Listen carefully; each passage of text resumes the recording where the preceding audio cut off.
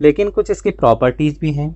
कई बार आप केवल डिटर्मिनेंट कैलकुलेट करना जो आपको आता है, जो मेथड है, उसी से काम नहीं चल सकता है। कुछ इसकी प्रॉपर्टीज़ हैं, प्रॉपर्टीज़ का यूज़ करके कई बार हम बहुत ही कॉम्प्लिकेटेड डिटर्मिनेंट को ईजिली कैलकुलेट कर सकते हैं।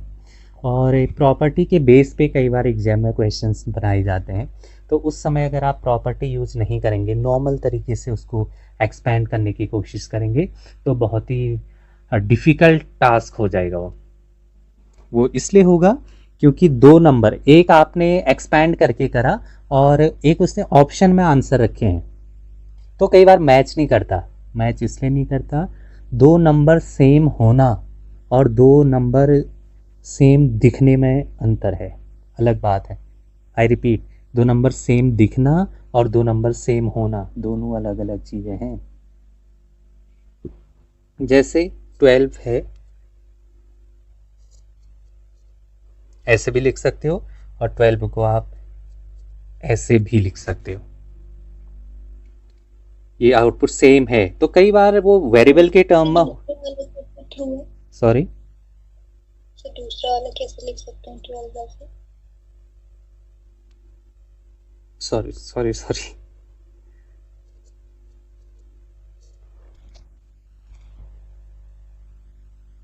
× 3, तो वहाँ पर वो वेरिएबल्स होते हैं। कई बार जो आपने आंसर निकाला बिल्कुल सही होता है, लेकिन ऑप्शन में वो नहीं है, तो वहाँ तक पहुँचने में कई बार बहुत टाइम लग जाता है। वो इसलिए होता है क्योंकि उन्होंने क्वेश्चन फ्रेम किया होता है प्रॉपर्टी के बेस पे, और आप कैसे सॉल्व कर रहे होते हैं, ये जो डेफिनेशन है, तो इससे आप बहुत सारा काम नहीं कर पाएंगे। तो इसलिए प्रॉपर्टीज पढ़ना इसकी बहुत ज़रूरी है। हालांकि आपने पढ़ी है प्रॉपर्टीज, मैं जस्ट एक रिवीजन करा रहा हूँ, एक ब्रीफ रिव्यू दे रहा हूँ। प्रॉपर्टीज़ को बहुत डिटेल में मैं नहीं ले जा रहा हूँ, एक हल्का सा एक माइंड में रिकॉल होनी चाहिए हमारी वो चीज़ें। उसके बाद हम इन सब का एक साथ यूज करके फिर हम आगे प्रोसीड करेंगे। कुछ प्रॉपर्टीज हैं डिटर्मिनेंट के। पहली बात तो कोई मैट्रिक्स का डिटर्मिनेंट लो या फिर उसके ट्रांसपोज का डिटर्मिनेंट हो, दोनों सेम होते हैं, कोई भी फ़र्क नहीं पड़ता है। एंड इसमें पावर का बड़ा इंपॉर्टेंट रोल है। किसी मैट्रिक्स की पावर ये है, या फिर पहले उसका डिटर्मिनेंट ले लो फिर पावर कर लो।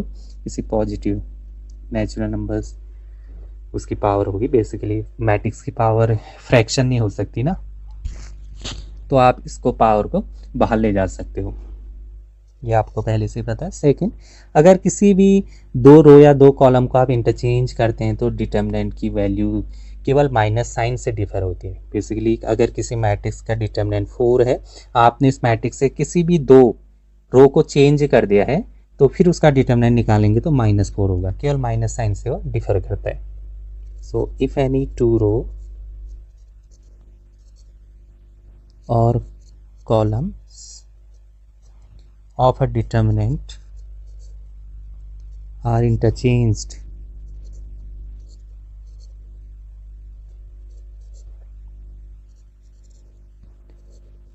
then the value of determinant change by minus sign only.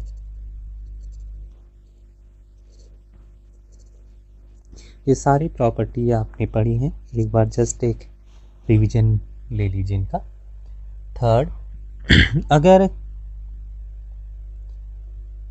किसी भी डिटर्मिनेंट में एक कंप्लीट रो या फिर एक कंप्लीट कॉलम 0 होता है, तो उस मैट्रिक्स का डिटर्मिनेंट हमेशा 0, क्योंकि आप उस रो के अलोंग या उस कॉलम के अलोंग आप एक्सपैंड करेंगे तो डिटर्मिनेंट 0 हो जाएगा। If each element of a row or column of a determinant is 0, then the value of determinant must be 0. Next property है, अगर आप किसी मैट्रिक्स में डिटर्मिनेंट निकालते समय उसके किसी एक रो में या उसके किसी कॉलम में किसी एक स्केलर के से मल्टीप्लाई करते हैं, तो जो डिटर्मिनेंट निकल के आता है वो के टाइम्स होता है the value of original determinant. काफ़ी इंपॉर्टेंट प्रॉपर्टी है, देख लीजिए इसको। इफ ईच एलिमेंट, जबकि मैट्रिक्स में ऐसा नहीं होता ना, of a row of column of a matrix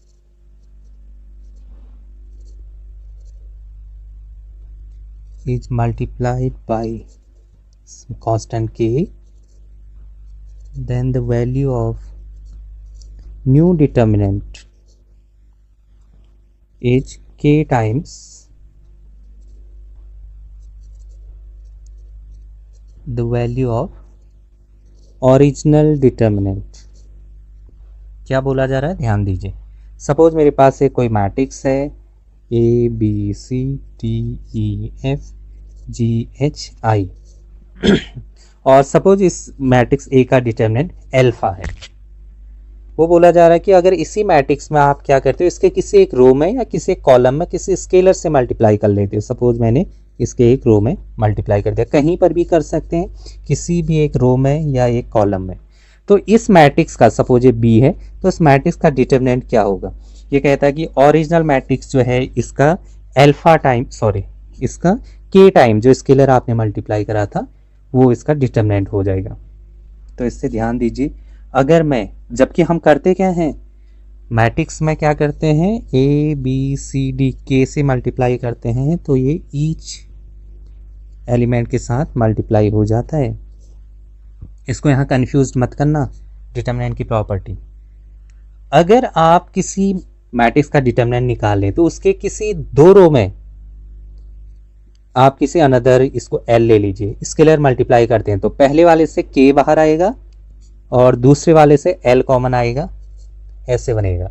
तो अगर हर रो या हर कॉलम आप जितने स्केलर से मल्टीप्लाई करेंगे तो उस हर कॉलम से या फिर उस हर रो से वो स्केलर कॉमन आएंगे बाहर। ये समझ में आया? ठीक है। इसी का जनरलाइज्ड कंसेप्ट, जनरलाइज अगर आप इसको करेंगे तो ये बोला जा रहा है के इंटू ए, मैट्रिक्स को किसी स्केलर से मल्टीप्लाई करके उसका डिटर्मिनेंट निकाल लो तो क्या आएगा, डिटर्मिनेंट इस पुराने मैट्रिक्स का और के। अच्छा, अगर मैं ये अज्यूम करूं कि n क्रॉस n मैट्रिक्स मेरे पास है तो k को अंदर मल्टीप्लाई करा तो बाहर कैसे आता है डिटर्मिनेंट में, पहले एक रो से, यस, फिर दूसरे रो से, क्योंकि हर एलिमेंट से जाएगा, तीसरे रो से, एंड सिमिलरली n रोज हैं तो n रोज से k raised to power n। Important property है। कौन सा चल रहा है, property number fifth property. Property 6 देख लीजिए, दो चार प्रॉपर्टी और है, एक बार रिकॉल कर लीजिए इनको। The value of determinant remains same if we apply the following transformation.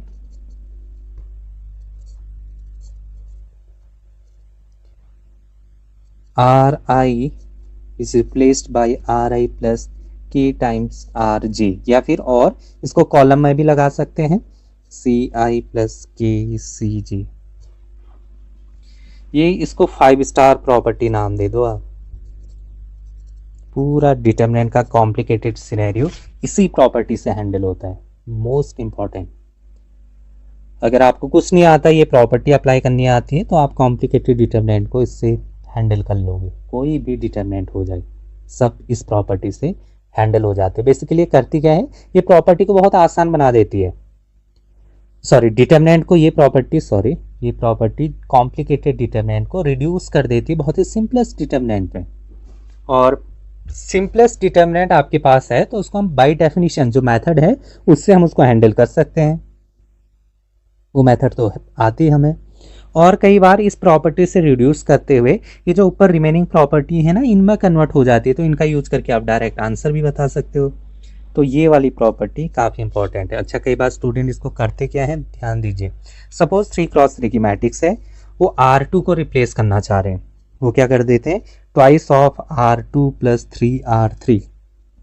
ये ऑपरेशन गलत है।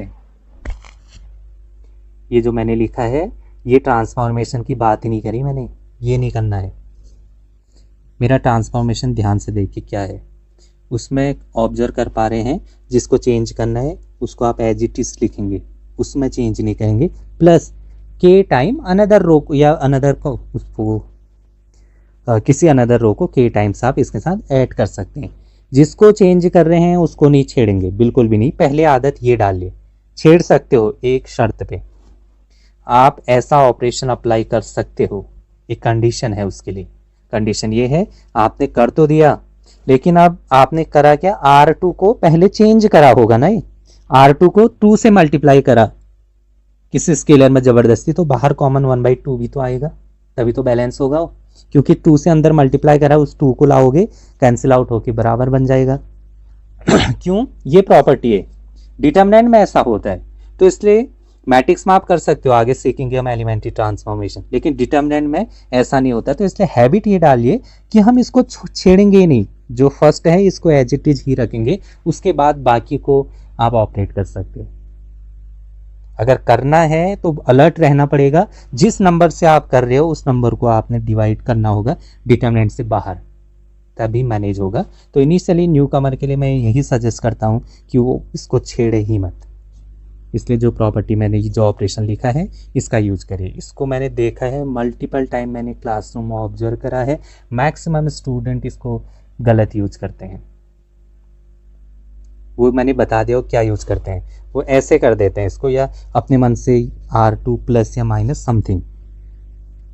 बुक में देखते हैं वो कई बार कि इसको ऐसे छेड़ा रहता है, लेकिन वो ये नहीं देखते बाहर 1/6 भी करा होता है। तो इसलिए मैं जब भी इसको पढ़ाता हूँ मैं यही सजेस्ट करता हूँ कि आप फर्स्ट वाले को जिसको चेंज कर रहे हो उसको छेड़ो ही मत, उसको एज इट इज रखो, उसके साथ आप किसी अनदर रो के कॉम्बिनेशन को बना लीजिए। एक ही मैट्रिक्स में एक ही टाइम पे ऐसे ऑपरेशन आप मल्टीपल ऑपरेशन लगा सकते हो। आगे क्वेश्चंस में और क्लियर हो जाएगा इंपॉर्टेंट ऑपरेटर। अच्छा, एक चीज और, डिटर्मिनेंट में इस ऑपरेटर को हम इस ऑपरेशन को हम ऑपरेट कर सकते हैं कॉलम में भी रो में भी, in a single question of determinant. एक ही डिटर्मिनेंट का क्वेश्चन है, उसमें इसी ऑपरेशन को आप ये भी लगा सकते हो और कॉलम वाला भी लगा सकते हो, दोनों चल जाएगा। पता है क्यों मैट्रिक्स में नहीं होता ऐसा? क्योंकि यहाँ डिटर्मिनेंट चाहे आप मैट्रिक्स ए का निकालो या उसके ट्रांसपोज का निकालो, सेम होता है। तो अगर आप कॉलम ऑपरेशन भी एक ही क्वेश्चन में लगा रहे हैं या रो लगा रहे हैं, चल जाएगा वो। समझ में आ रही बात? ठीक। अनदर प्रॉपर्टी देख लीजिए, इफ एनी रो और column is linear combination of remaining row or column, then the value of determinant is 0। ये भी important property है। बेसिकली इसको, ये आपको नज़र नहीं भी आ रहा है तो बाकी प्रॉपर्टी से आप ले आओगे आंसर 0, लेकिन ये नज़र आ रहा है तो बिना पेन चलाए आप वहीं पर रोक दोगे और आंसर 0 रिपोर्ट कर दोगे। ये इंपॉर्टेंस है इसका। क्या बोला, कोई भी रो या कोई कॉलम बाकी अनदर कॉलम या अनदर रो के लीनियर कॉम्बिनेशन में लिखा जाए। मतलब यू को अगर आपने किसी दो रो, सपोज इसमें यू वी डब्ल्यू, या फिर आप ऐसे अज्यूम कर लीजिए R1 फर्स्ट रो है, R2 सेकेंड रो है, R3 थर्ड रो है। सपोज आप R1 को लिख पा रहे हैं alpha time R2 plus beta time R3, this is the linear combination. अगर कहीं पर ऐसा दिख रहा है तो आप डायरेक्ट रिपोर्ट कर लीजिए कि वो डिटर्मिनेंट उस मैट्रिक्स का 0 होगा। ये ऑब्जर्वेशन, तो ये भी इंटरेस्टिंग प्रॉपर्टी है। बाकी बहुत ज़्यादा प्रॉपर्टी हम इसमें नहीं लिखते हैं, इसी से काम चल जाएगा। आपको और एक्स्ट्रा कुछ करने की ज़रूरत नहीं। अगर कई बुक्स में आपको और एक्स्ट्रा प्रॉपर्टी दिखेंगी, इसका मतलब वो इन्हीं के कॉरेलरी हैं, इन्हीं के कुछ पर्टिकुलर केस हैं। मैंने जनरल प्रॉपर्टीज आपको लिखा दी। आपको ये भी दिखेगा कि प्रॉपर्टी आपको एक मिसिंग लग रही होगी। आप पढ़ते हैं कि अगर किसी मैट्रिक्स या किसी डिटर्मिनेंट में, किसी मैट्रिक्स का डिटर्मिनेंट निकालते समय उसके कोई भी 2 रो आइडेंटिकल हो जाए या 2 कॉलम आइडेंटिकल हो जाए तो डिटर्मिनेंट मस्ट बी 0। ये मैंने लिखा ही नहीं, ये मैंने इसकी सेकंड वाले से इंक्लूड कर सकते हैं। सेकंड वाले से सर 7th वाला जो हाँ, आपने लिखा है वो जनरलाइज वर्जन है ना? यस, बिल्कुल आप ऐसे वो कर सकते हो उसको। मैंने वो जनरल कर दिया, लीनियर कॉम्बिनेशन दिखेगा वो बाकी रो का, उसी से काम चल जाएगा। 2 रो वाले में। और आप ये भी यूज़ कर सकते हो, और उसको पर्टिकुलर थोड़ा सा करना चाहते हो तो किसी मैट्रिक्स का डिटरमिनेंट 0 तब हो जाता है जब उसके कोई भी 2 रो या कोई 2 कॉलम एक दूसरे के स्केलर मल्टीपल हो। ये भी तो ठीक है, वही बात तो हुई हो स्केलर मल्टीपल वाली। बेसिकली लीनियर कॉम्बिनेशन से काम चल जाएगा, ये और ज़्यादा जनरल कंसेप्ट है। एक दो प्रॉपर्टी और देख लीजिए। अब ये प्रॉपर्टी के साथ कुछ ऑपरेशंस भी हैं जो हम डिटर्मिनेंट के साथ कर सकते हैं। Addition of 2 determinant,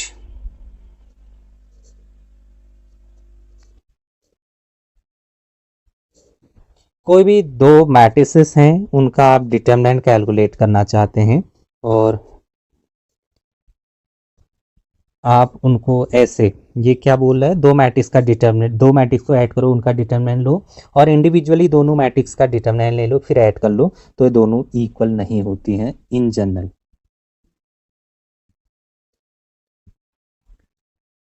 determinant in general ये करेक्ट नहीं है, ये ध्यान देना, इस पे कई बार न्यूमेरिकल बन जाते हैं। एडिशन क्या होता है, स्प्लिटिंग ऑफ डिटर्मिनेंट वाला एक प्रॉपर्टी है। एडिशन किस तरीके से होता है डिटर्मिनेंट में, ये देख लीजिए।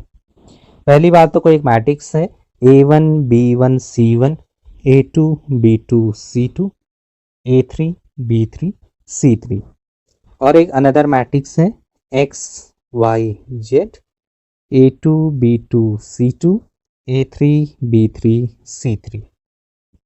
इन दोनों को ऐड करना है, तो अब ये ऐड हो जाएंगे। किस तरीके से ऐड होंगे ध्यान दीजिए। अच्छा, पहले एडिशन के लिए क्राइटेरिया क्या है ये देख लीजिए। इसमें कहीं पर भी 2 रो या फिर कॉलम में करना तो 2 कॉलम, ये कार्बन कॉपी होनी चाहिए। दिख रहा है दोनों में केवल एक रो में चेंज है या फिर एक कॉलम में चेंज होगा, तो पहले तो नेसेसरी क्राइटेरिया ऐसा होना चाहिए, तभी आप ऐड कर सकते हो। और ऐड भी कैसे करोगे, ये तो जहां पर ये दोनों सेम है, ये एडिशन में भी कार्बन कॉपी ऐसे ही यहाँ पर आप नोट करोगे इसको। बस ये फर्स्ट वाली रो जहां पर डिफरेंट है ये ऐड हो जाएगा।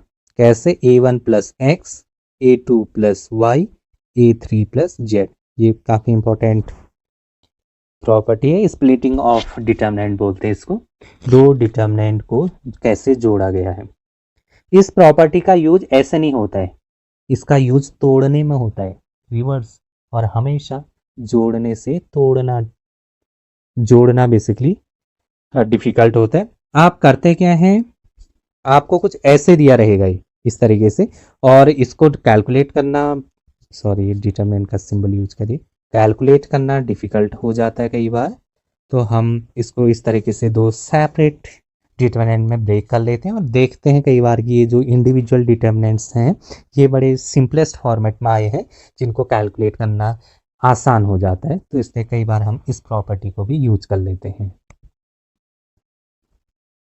Next, multiplication of determinant.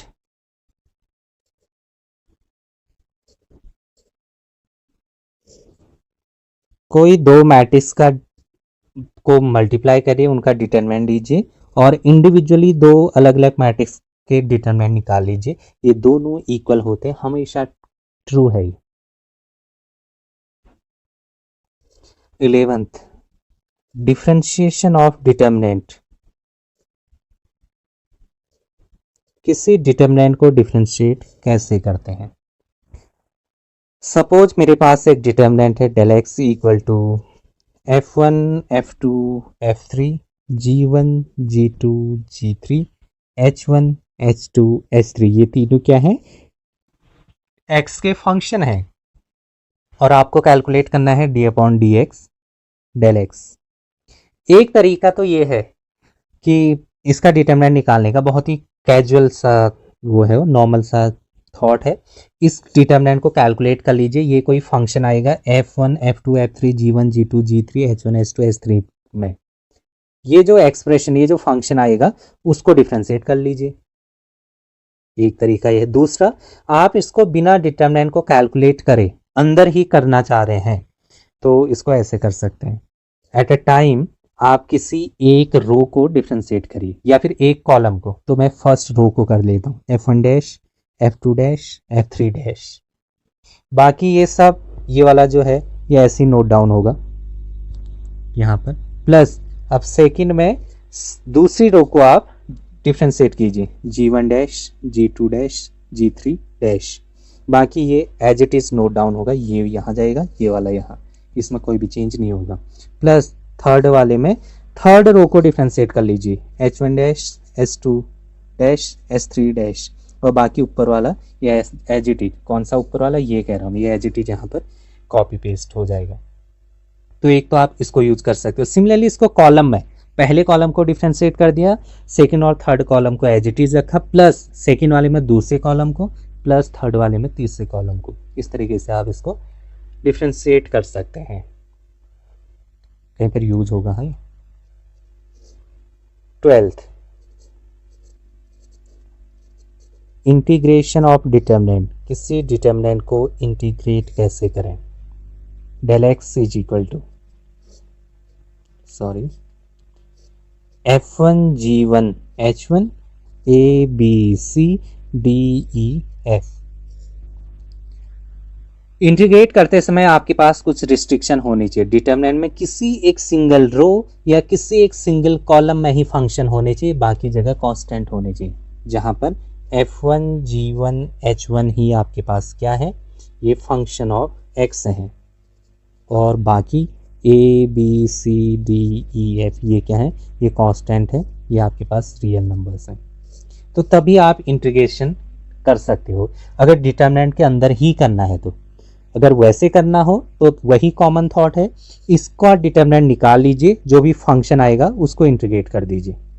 एक तरीका वो है। अगर डिटर्मिनेंट के अंदर ही रह के करना है तो फिर आपके लिए इंटीग्रेशन करने के लिए जो रूल है, उसके लिए नेसेसरी क्राइटेरिया केवल एक सिंगल रो या सिंगल कॉलम में फंक्शन होने चाहिए। अगर ऐसा है तो इंटीग्रेट कर लीजिए del x dx। इसको डेफिनेट या इनडेफिनेट कहीं पर भी कर सकते हैं, लिमिट अगर होगी तो लिमिट लगा देंगे, तो क्या हो जाएगा, सिंगल जो फंक्शन है आपके पास ना, वो इंटीग्रेट हो जाएंगे G1 dx H1 dx, और बाकी ये एज इट इज रहेगा ही। ये आपका इंटीग्रेशन वाला थॉट। बाकी और एक चीज़ और, कहीं पर अगर ज़रूरत पड़ी तो यूज कर लेना। Last, let del x is equal to, कोई डिटर्मिनेंट मेरे पास है F1 G F2 F3 और A B C D E F। यहाँ पर भी एक सिंगल रो या एक सिंगल कॉलम में मेरे पास क्या है, फंक्शन है, और इसका आपने इंटीग्रेशन का एक समीशन भी होता है x equal to 1 to n। ये समीशन यूज करना हो तो आप समीशन यहाँ पर यूज कर सकते हैं, और बाकी पूरा कार्बन कॉपी ऐसी ही रहेगी। तो ये कुछ प्रॉपर्टीज थे डिटर्मिनेंट के, जिनका हम यूज करेंगे और आगे फिर प्रोसीड करेंगे। अब देखो इन प्रॉपर्टी का यूज करके हम कैसे क्वेश्चंस कर सकते हैं, और दूसरी बात कैसे इस पे क्वेश्चंस बनाए जा सकते हैं इन प्रॉपर्टीज का यूज करके। प्रॉपर्टी आपने पढ़ी होंगी, इन सबको माइंड में रखना। ये कुछ 8-10 प्रॉपर्टीज हैं। न्यूमेरिक क्वेश्चन को देखकर, डिटर्मिनेंट को देखकर किस प्रॉपर्टी का यूज करना चाहिए, तो ये समझ में तभी आएगा जब आप थोड़ा सा प्रैक्टिस करेंगे और पैटर्न को ऑब्जर्व करेंगे।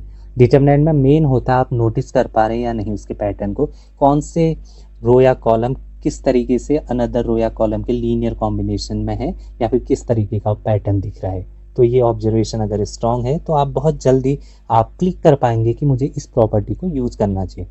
मैं पहले ही बता दूं, प्रॉपर्टी यूज करके आप डायरेक्ट इस उसमें मत रहना कि आंसर आप उसी स्टेप में आ जाएगा, नहीं। प्रॉपर्टी का यूज करके कई बार जिनका डिटर्मिनेंट प्रॉपर्टी बताती है कि ऐसा होगा, वो रिपोर्ट कर देंगे।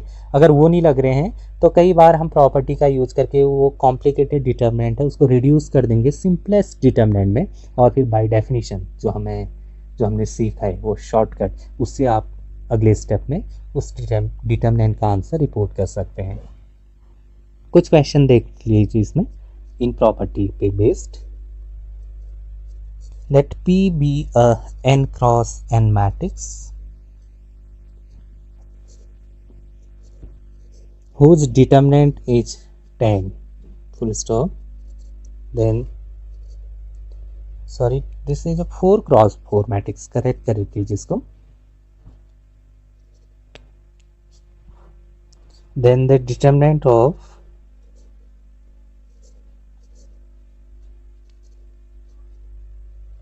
-3ph. Option A -810, option B -30, option C 30, option D 810. ये क्वेश्चन पूछा है आपका IIT जैन 2012 में पूछा गया क्वेश्चन है.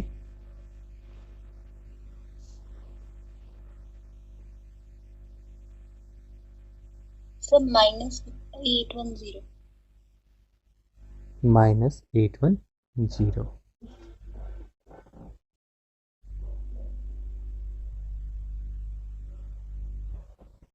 बाकी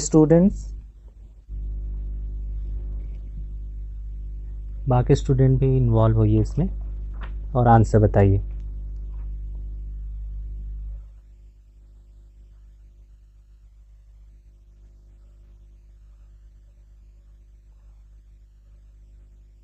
बताओ भाई क्या आ रहा है.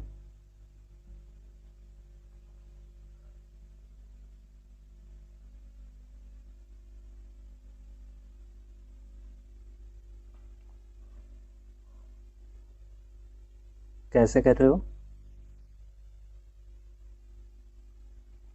सर ये पूरी मैट्रिक्स को 3 से मल्टीप्लाई किया है तो उसमें 4 रोज हैं, तो जब इसे ओपन करेंगे तो जो p का 3p का डिटरमिनेंट है उसमें -3 की पावर 4 इंटू p, यानी कि p का डिटरमिनेंट विच इज 10. हाँ ठीक है. ये देखिए अभी मैंने प्रॉपर्टी कराई थी. प्रॉपर्टी नंबर है ये प्रॉपर्टी ये वाली 56 जो भी है 5th प्रॉपर्टी. अगर किसी मैट्रिक्स को किसी स्केलर से मल्टीप्लाई किया जाता है और उसका डिटरमिनेंट निकालते हैं तो हर रो से वह स्केलर बाहर आता है. यहाँ n क्रॉस n है तो हर रो या हर कॉलम से बाहर आया होगा तो k⁻n बना. यहाँ पर देखिए ये कोई मैट्रिक्स P है, इसका डिटरमिनेंट दिया है 10 है. तो अब मुझे इसका निकालना है डिटरमिनेंट. तो क्या होगा, हर रो या हर कॉलम से ये टर्म एक एक करके बाहर आएगा. और ये 4x4 की है तो पहली बात तो -1⁴ ये बाहर आया इनटू, या फिर आप ऐसे नहीं करना चाह रहे तो ये बाहर आ गया. ये हर रो से बाहर आया ना और ज़्यादा वो हो रहा है तो ये आ गया इनटू डिटरमिनेंट ऑफ A जो ऑलरेडी दिया है P 10. कितना हो गया? -81 इंटू 10. नहीं माइनस नहीं, प्लस आना चाहिए. हाँ प्लस 810. सो ऑप्शन डी करेक्ट आंसर है इसका. इवन पावर है ना -3 की. ठीक है. तो सिंपली प्रॉपर्टी बेस्ड क्वेश्चन है वो, कोई बहुत ज़्यादा डिफिकल्ट क्वेश्चन नहीं है. अगला क्वेश्चन देखिए. If factorial 1 factorial 2 factorial 3 factorial 2 factorial 3 factorial 4 factorial 3 factorial 4 factorial 5 is nothing but 2016k, then the value of k is option A 84, option B 1/24, option C 24, option D 1/84.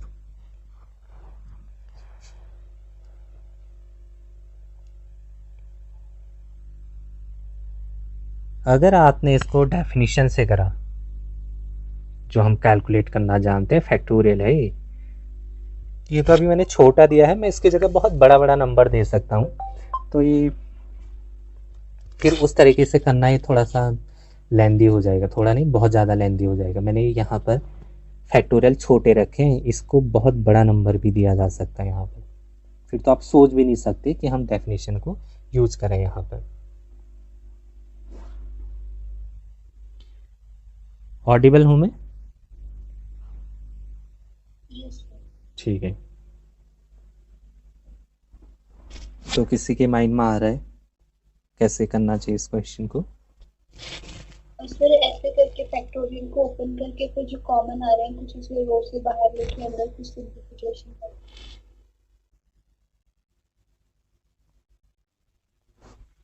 Factorial को open करना है यहाँ, 5 factorial 5 into 4 into 3 into 2 कुछ लंबा नहीं हो जाएगा? कुछ कॉमन लेके बाहर ले लेंगे रो वाइज कॉलम वाइज फिर अंदर कुछ सिंप्लीफिकेशन कर। इसको ऐसे कर सकते हो, देखो 1 फैक्टोरियल 2 इंटू 1 फैक्टोरियल 3 इंटू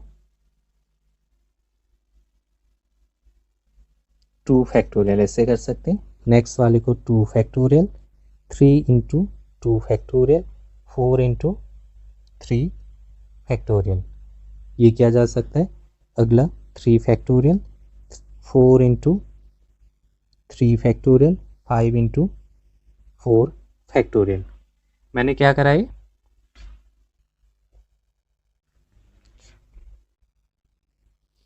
इसको मैं थोड़ा सा और एक्सपेंड करता हूँ। 4 इंटू 3 इंटू 2 फैक्टोरियल यहाँ ले आया मैं, और ये लास्ट वाले को भी और एक्सपेंड करता हूँ। 5 इंटू 4 इंटू 3 फैक्टोरियल इधर लेके आया। तो आप नोटिस करेंगे फर्स्ट वाले में फैक्टोरियल 1 कॉमन ले सकते हो आप, तीनों रो में मल्टीप्लाई है ना। 3 इंटू 2 इंटू इसको 1 करिए प्लीज, 1 फैक्टोरियल। फर्स्ट रो से मैंने 1 फैक्टोरियल कॉमन ले लिया जो सिंपली 1 आया। सेकेंड रो से आप नोटिस करें 2 फैक्टोरियल कॉमन ले सकते हो 2। थर्ड वाले रो में 3 फैक्टोरियल कॉमन ले सकते हो, तो 3 फैक्टोरियल को 3 इंटू 2 लिख सकते हो। अब आप अंदर देखो फर्स्ट वाले में 1 फैक्टोरियल कॉमन लिया तो 1 2 3 बचा। सेकेंड वाले में 2 फैक्टोरियल कॉमन लिया तो 1 3 4 बचा। थर्ड वाले में 3 फैक्टोरियल कॉमन लिया तो 1 4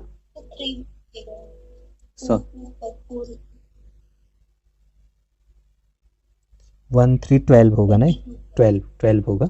4 3 जा 12 और 3 2 जा ये 6 हो जाएगा। सॉरी, केवल 1 फैक्टोरियल बाहर आ रहा है ना, मिस्टेक होगी, उसको करेक्ट कर लीजिए, बाकी तो वही रहेंगे। अब इसको सॉल्व कर लीजिए आप। ये आया 3 2 जा 6 2 जा 12 इंटू अंदर का कितना आया ये। इसको सॉल्व करने का एक और तरीका है, ध्यान दीजिए। कई बार ये जो नंबर्स होते हैं, हालांकि आप इसको डायरेक्ट डेफिनेशन से सॉल्व कर सकते हो, लेकिन ये जो प्रॉपर्टी है ना, ये जो लिखाई थी मैंने are I plus alpha time R J type का, इसको यूज करके हम इसको और छोटे डिजिट बना सकते हैं।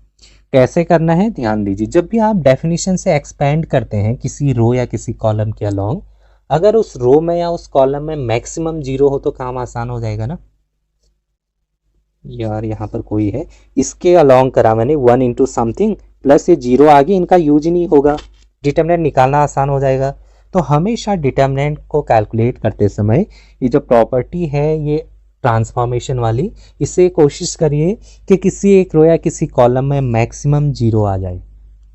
तो इस मैक्सिमम 0 लाने के लिए ये फर्स्ट कॉलम में लाता हूँ मैं, इसको ऐसे ही रखा मैंने, इसको कर देता हूँ this minus this, 1 minus 1 0, 3 minus 1 1, 12 minus 6 6। इससे फिर से कर दिया मैंने इसको 1 माइनस 1 0, 4 माइनस 3 1, 20 माइनस 12 8। अब ध्यान दे रहा हूँ 12 इंटू केवल इसके अलॉन्ग जाएगा ये, तो ये हो जाएगा 8 माइनस 6 कितना हुआ,